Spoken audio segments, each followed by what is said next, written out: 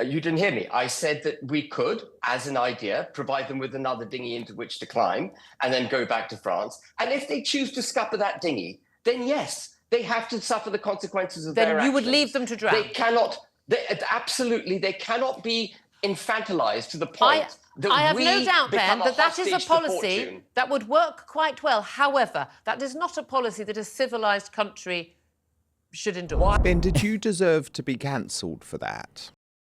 You did suffer a real cancellation attempt during the course of the last election. I do just want to talk with about Julia it. Hartley-Brewer. With Julia Hartley-Brewer. I do want to talk about it. So, because it's what led to Nigel Farage being so prepared to criticise you publicly, although I know you have some doubts about that. But let's just watch the interview with Julia Hartley-Brewer, because I'm interested to know, I haven't seen this for a long time.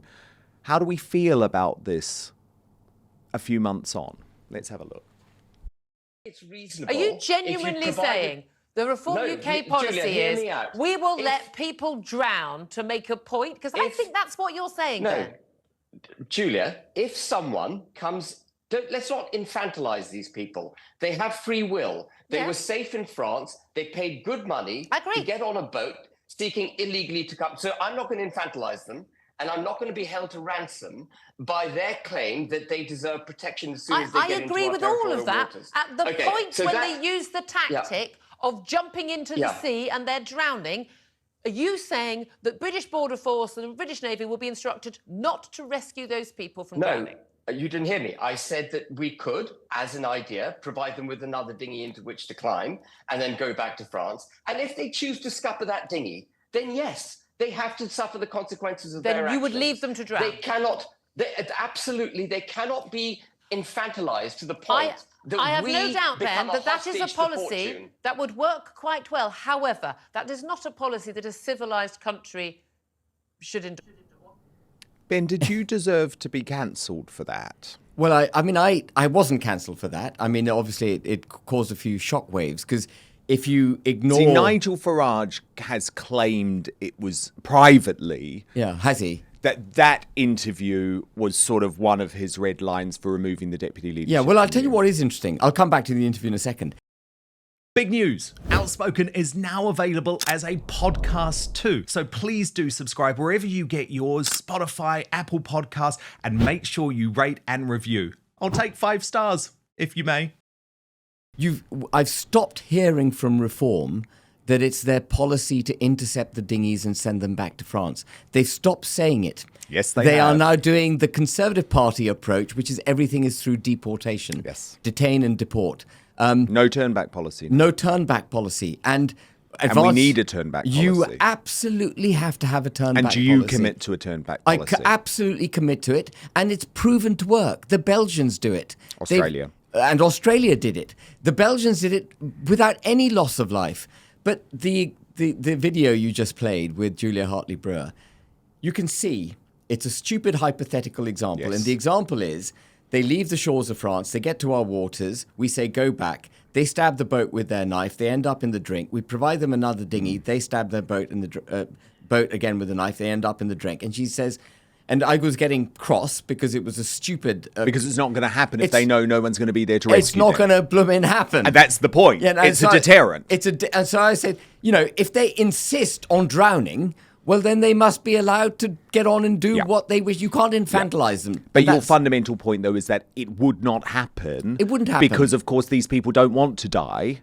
They're not there suicide trying bombers. to... No, and I did go on in the interview, if you played it on further, I said, well, you can give them 5 boats, and maybe you should take them into a boat, shackle them so that they can't stab it, and then send them back to France. But whatever you do, you don't let them come to the United Kingdom, because then you have the problem of deportation, which is much more difficult to deal with, much more expensive, the whole legal process, and then you got to get them back to their countries. Send them back to flipping France. And if we send them back to France... then France will wake up to the fact that they haven't got an exit to the United Kingdom, and France might start doing the right thing with its own borders.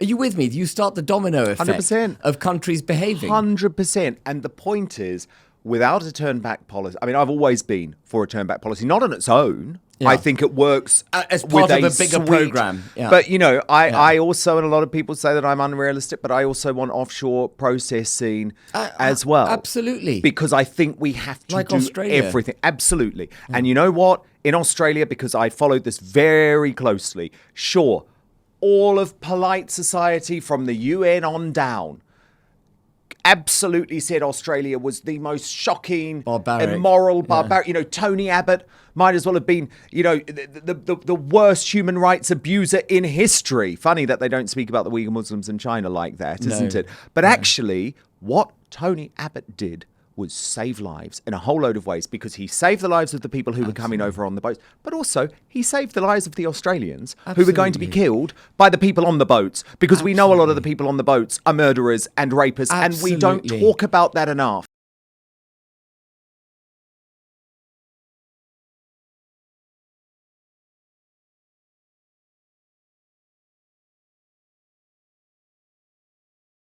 Absolutely. We've got to the point now where we've forgotten that it's terrorists, by the way, too.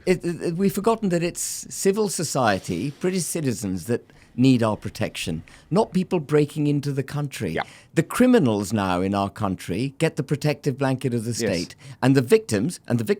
By the way, every time an illegal migrant comes to the United Kingdom, the victim is all of British citizenry. But by the way, they are protected. They're protected in France. Okay, they might be in tents, not in 4-star hotels, but they are not in a third world country. They are in France. No. But anyway, this sparked the huge barrage of public criticism that Farage felt like he could put out. Watch this.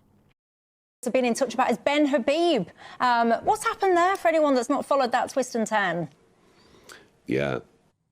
Well, that was the real champagne moment of the day. I mean, it was a good day, but Ben Habib announcing he's not with us really was the absolute icing on the cake.